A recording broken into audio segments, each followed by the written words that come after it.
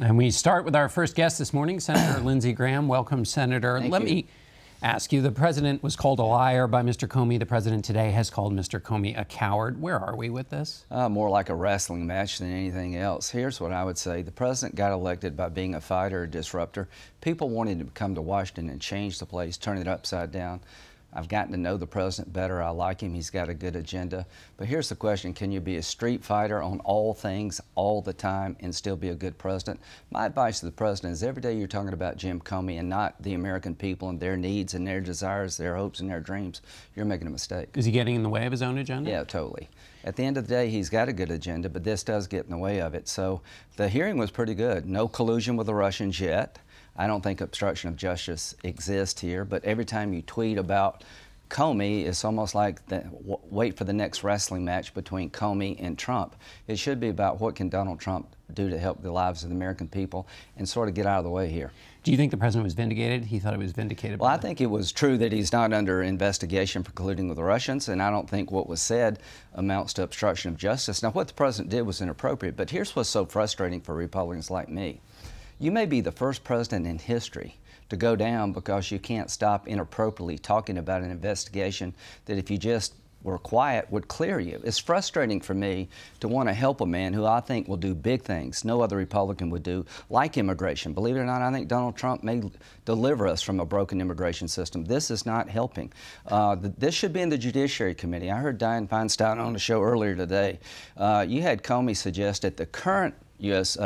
Attorney General and the former Attorney General were playing politics with the investigation, Lynch and Sessions. That needs to be in our committee. Let me tell you this to the American people. If the Attorney General's office has become a political office, that's bad for us all. So I want to get to the bottom of that, and it should be in Judiciary. What do you want to know from Attorney General Sessions? I want to know, is it true what Comey said? Did you create an atmosphere there that people believed that you could not fairly render judgment on the president's interactions with Comey? I want to hear from Loretta Lynch. Did you say, please call it a matter, not an investigation?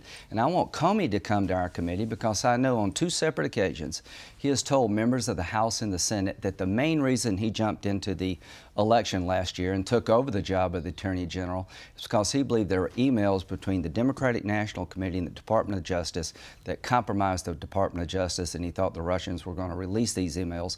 That's why he jumped in and took over Loretta Lynch's job. I want to know, is that true? Well, now, that email, there's been some reporting that that was a fake email or doctored or When something. he told the House and Senate as late as early as a month ago, he never mentioned it was fake. I don't know if it's fake or not, but the FBI called me about this, John, and said that they wanted to brief me because I've got some of this wrong. I saw the Washington Post story. I doubt if it's fake. Maybe it is, but I don't want to be briefed by myself. I want Democrats and Republicans on the Judiciary to be briefed together. Our committee has been together, and we're going to stay together. So, since we'll stay in the past here for a moment, move into the present. But so you would have former Attorney General Loretta Lynch come before the Judiciary Committee to answer for these questions Absolutely. about... And Sessions, too. And, you know, I think it's inappropriate for the president to testify publicly, but if you're so obsessed about, and I know you're frustrated, he doesn't believe he did anything wrong with the Russians, and I tend to believe him. He can't collude with his own government. Why do you think he's colluding with the Russians? So there's a part of this that genuinely frustrates the president. But, Mr. President, let's don't make a circus out of your presidency. If you want to come to the Judiciary Committee and testify under oath, we'll put Comey right by you. It'd be the highest-rated TV show in the history of the world, but it's not good for our democracy. Isn't the challenge to the president not the collusion question, but the interference question? And wouldn't that be the tough questions for him? So here's what I think. I think the president believes that if we pursue how Russia interfered with the election, we're suggesting he did not win fairly. I see no evidence of the president's campaign colluding with the Russians. I see all kind of evidence of the Russians trying to destroy our election and destroy democracy throughout the world. There will be a bill passed this coming week to punish Russia for interfering in our elections. They hacked into the DNC, Podesta's emails. It was the Russians. They're providing arms to the Taliban to kill American soldiers. They colluded with Assad so he could keep his chemical weapons. And I think they were complicit in the attack of chemical weapons by Assad on children in Syria. We're going to punish the Russians. Any member of the Congress who doesn't want to punish Russia for what they've done is betraying democracy. And if the president doesn't sign this bill to punish Russia, he would be betraying democracy. What do you think he'll do? I think he'll sign it, and if he doesn't sign it, we're going to override his veto. Mr. President, the Russians did this. They're doing it all over the world. They're providing arms to the Taliban to kill our soldiers. You're the commander-in-chief. You need to stand up to Russia. We're never going to reset our relationship with Russia until we punish them for trying to destroy democracy, and that starts with more sanctions. The RNC chairwoman, Ronna McDaniel, said that the congressional investigations into this question of collusion should go away. They're a fishing expedition. What's your response to that? That's none of your business.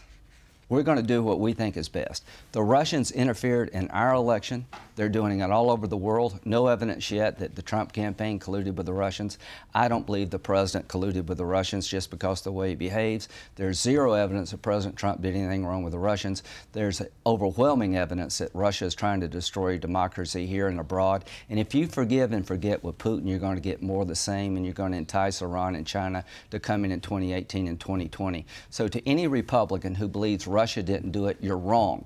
To any Democrat who wants to impeach President Trump because of Russia, you're wrong. All I can say is there's a lynch mob mentality about the Trump administration in the press. They're about as fair as a lynch mob, but these tweets that he does feeds that lynch mob. You're your own worst enemy here, Mr. President. Knock it off.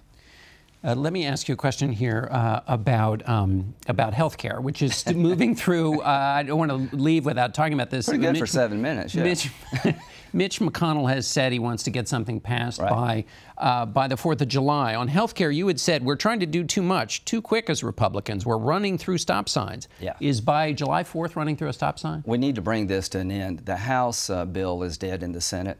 The 10% of support by the American people for the House bill. The House members are mad at us for not taking up health care. Well, send us a bill that'll get 12% of support.